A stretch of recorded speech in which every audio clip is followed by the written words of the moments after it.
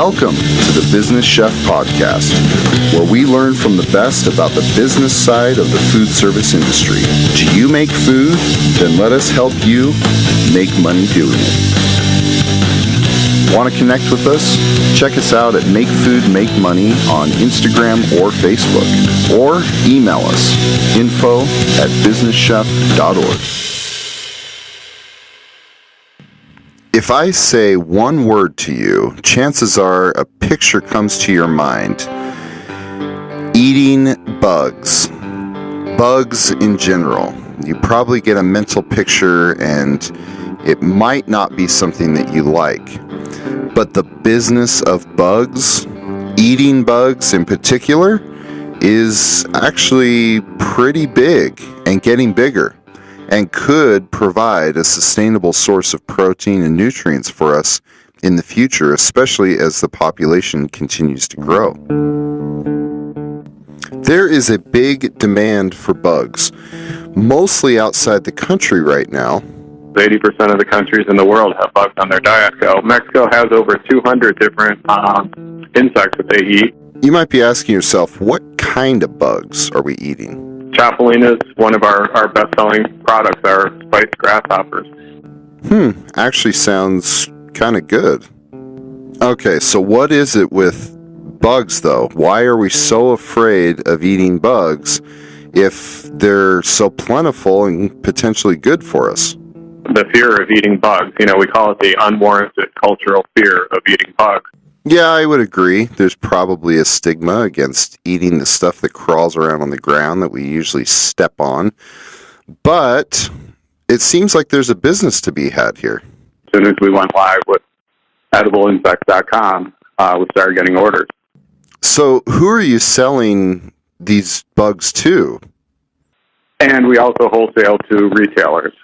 We sell to all sorts of museums, even SeaWorld, Busch Gardens, and lots of universities. So with these type of sales and margins and whatnot, you're probably not the only one in the game. There's a whole new industry. There's 40 or 50 companies that weren't around 3 or 4 years ago. The CEO of Pepsi has claimed that one of the next big snacks is going to be made out of edible insects. Okay, so let's talk about the pros of bugs. More protein than beef.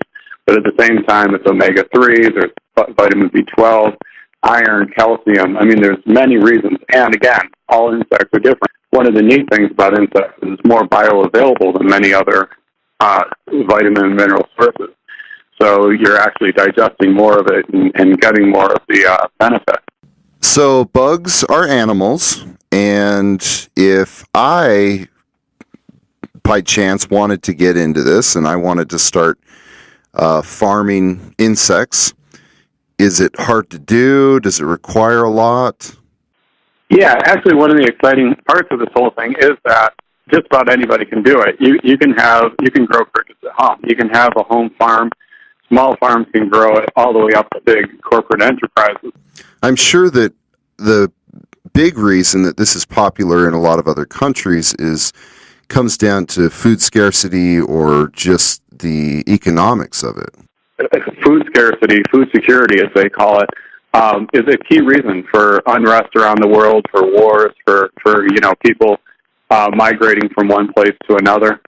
Oh, absolutely. And obviously crickets, grasshoppers, ants, mealworms, all the different sources of insects that we eat, they could obviously play into that dynamic of creating more sustainable food sources. And on top of it, as countries develop, they want to eat meat because we eat meat.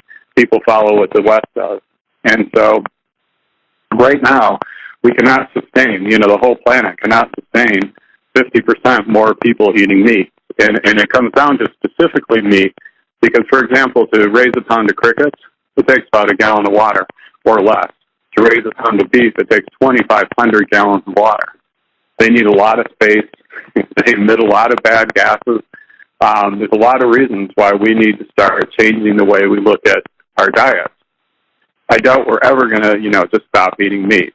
We always will, but we have to reduce the amount that we're eating so that we can afford to do it. Plus, if we can make edible insects in the United States a big thing, it'll become a big thing all around the world. Again, people follow what we do in the West. So in talking about sustainability, what does it take to produce, say, a pound of crickets or a pound of grasshoppers? What type of resources are required to get that kind of yield? It's 2 to 1 with insects. For 2 pounds of feed, you get a pound of food. So obviously this isn't necessarily anything new. I mean, this has probably been done by our forefathers or ancestors before us, right? The woodsmen of Maine were known for eating ants, which actually tastes great. And who might be a notable client of yours, or who's eating these today that we would know of? Well, you may have heard of the Mariners this last summer. During their games, they started selling chapulines, which are the spiced grasshoppers from Mexico. And they didn't know whether they're going to sell or not. They ended up selling out every single game. So are restaurants buying bugs from you and serving them on menus, making them part of that whole experience as well? What are you seeing there? Oh, yes. We sell a lot of chapulines to Mexican restaurants, of course. They use them in tacos and burritos. But, if there's a restaurant in New York City called the Black Ant, and they're famous for the dishes they serve with black ants. But there's got to be a half a dozen to a dozen New York City restaurants that are that have insects on their menu. All across the country, they're starting to add them. And it's not just chapulines, although chapulines and crickets, without a doubt, are the most popular. But, they have... sounds terrible, but magway worms taste great. Even to the point of scorpions. There's a lot of places. Some of them kind of do it for fun and scorpion shots. You have a scorpion in your shot. You do the whole thing at once. But at the same time, people are cooking with scorpions. They're cooking with tarantulas and all sorts of different beetles and other bugs. Oh man, I'll tell you, I could do grasshoppers and crickets. I think I don't know tarantulas and man, you're you're losing me there with that one. What I would ask though at this point is there's obviously a market for it and people are buying it. So if I want to be a farmer, what type of regulations, what kind of hoops am I going to have to jump through to make that happen? And as a country, do we even have anything in place right now for that? It's growing. Some countries, for example, Thailand, with 20,000 cricket farms in Thailand, they are a lot farther along as far as regulations and such. But here in the States, we already have the guidelines in a sense. So we just fit into the same guidelines as any other farm. But that doesn't, that makes it sound simple, but it doesn't mean not any regulations. You can ask any farmer. I don't know. I think I'm getting more and more sold on this because it seems like there's a lot of different applications, not only in selling the insects for food, but, obviously animals eat insects, and so it's almost like there's a dual purpose there maybe. Something that I would love to see a lot of these organic gardeners doing is to create a black soldier fly compost in a sense, or a little mini farm. And all the cuttings and all the weeds that you're collecting from the garden can be put in there. Black soldier fly larvae eat twice their weight every single day. And so they will, consume that, turns into more larvae, and that larva is great for your backyard chicken.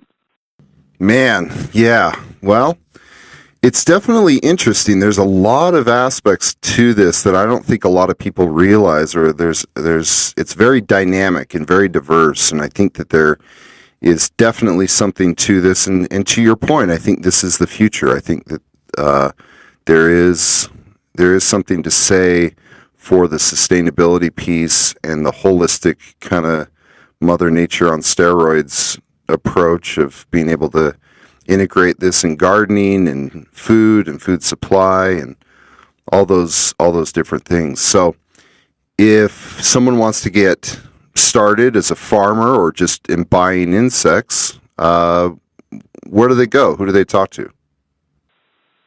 Yeah, we're obviously, quick plug here, edibleinsects.com, for buying the food already prepared. If you want to grow your own, there's another site that's great, Tiny Farms, and I think it's tiny-farms.com.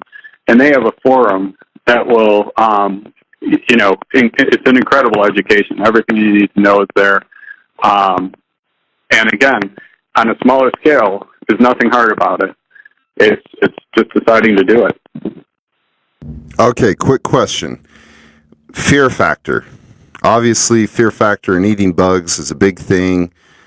How do you think that affects people's perception of this? Or how does that affect people wanting to get into actually eating bugs on a regular basis?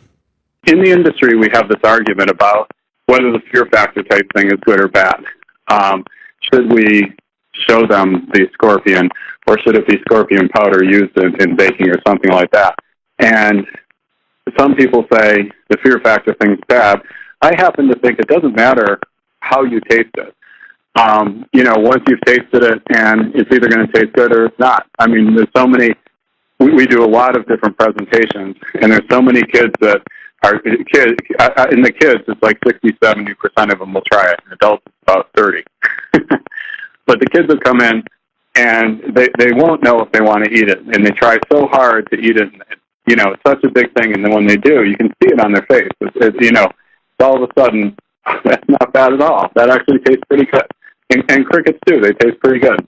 Okay, so I'm just getting started out, and I want to try a few things. Obviously, crickets are kind of the safe place to start. Is there anything I need to avoid, or anything that is maybe your favorite? It's the same thing as everything. One of the worst tasting foods I've ever had, believe it or not, is a red-headed centipede. Couldn't get the taste out of my mouth for half an hour. But at the same time, katydids, they kind of taste like pistachio nuts. I love them. So what you're saying is it's going to be different for everybody, and you kind of just have to jump off the cliff, so to speak, or you have to just kind of go for it. You just got to try it. Well, Bill, you're a good man. Thanks for hanging out with us today. Thanks for giving us some insight and filling us in on the wonderful world of edible insects. If anybody wants to get a hold of you, what's the best way to do that? Okay. So the best way to get in touch with me is probably through email. And I'm just Bill at entosense.com. And that's Ento, E-N-T-O, and then sense like common sense. S-E-N-S-E. Well, there you have it. We have edible insects as another option in what we serve our guests. And obviously, from what we heard today, it is a sustainable option. There are lots of options with that inside of being sustainable, both as a food source for other animals as well as a food source for us. And I don't know, I may just have to try it.